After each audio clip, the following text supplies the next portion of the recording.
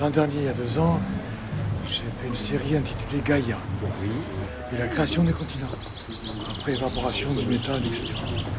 Et là, j'étais arrivé de l'humanité.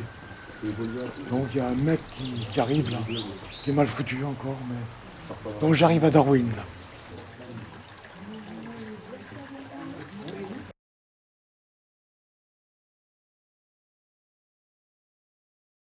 Et puis il y a ses écrits, en même temps, on se fait des aquarelles de l'univers carcéral. Tout ce qui est lié à ce qu'est une femme en prison, quoi, aussi. Et puis la difficulté des soins, la difficulté des parloirs, la difficulté pour tout est une bataille. Je viens du Venezuela, donc en Amérique du Sud, on a une tradition très ancrée dans l'art abstrait géométrique. Et je suis notamment inspirée de Soto dans mes débuts. Et donc, je travaillais sur le signe. Et la peinture, c'est un signe, c'est aussi un son pour moi. C'est musical, c'est sonore, c'est vibrant. Ils m'ont amené à m'intéresser aux chiffres. Alors au début ça a été de 1 à 10, après ça a été les chiffres pairs, les chiffres impairs.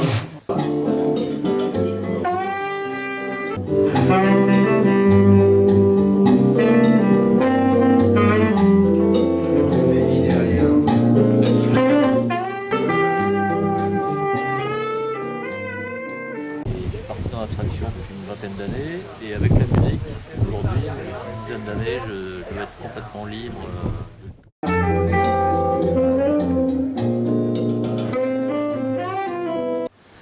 Et j'ai développé tout un univers créatif autour des matières et des cures de poisson.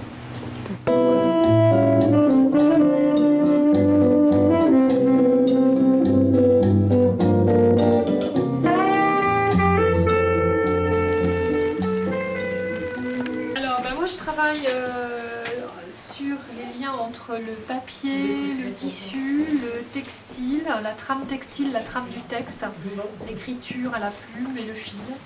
Et je cherche des correspondances dans les matières, dans les graphismes. Une association qui s'appelle Art Migrateur, qui propose à des artistes de travailler sur des grandes toiles de 5 mètres de haut, qui sont exposées pendant 2 semaines au centre commercial des Trois Fontaines.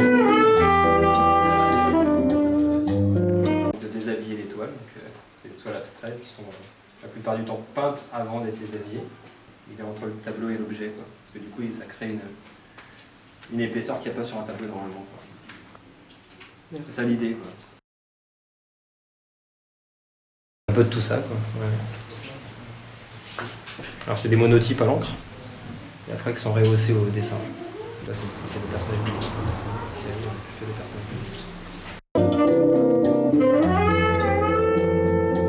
Alors Pascal, c'est une artiste plasticienne qui travaille sur un thème extraordinairement riche qui s'appelle les bibliothèques. Je trouve que quand on arrive dans une bibliothèque, enfin moi personnellement, j'ai à la fois envie de tout prendre et je suis comme éblouie j'ai la vue troublée en fait par tous ces livres. Je dirais tout simplement que la parole est au silence. Merci. De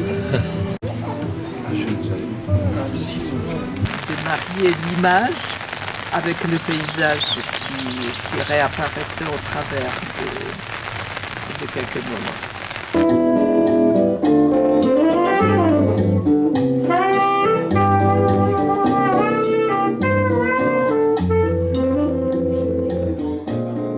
Photographe et cavalière aussi accessoirement, du coup voilà, j'ai mêlé mes deux passions à travers cette série de photos, j'avais envie de leur rendre hommage.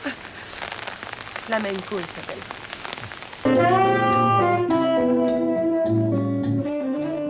En voyant ces pauvres arbres morts, j'ai voulu leur redonner la vie. Et j'ai donc utilisé une technique photographique qui s'appelle la surexposition. C'est une photo qui a gagné le concours international de nature guide d'été en Allemagne, donc qui a été exposé un peu partout en Europe.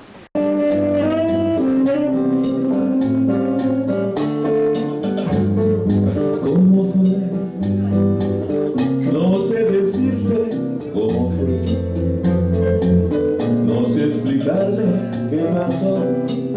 pero de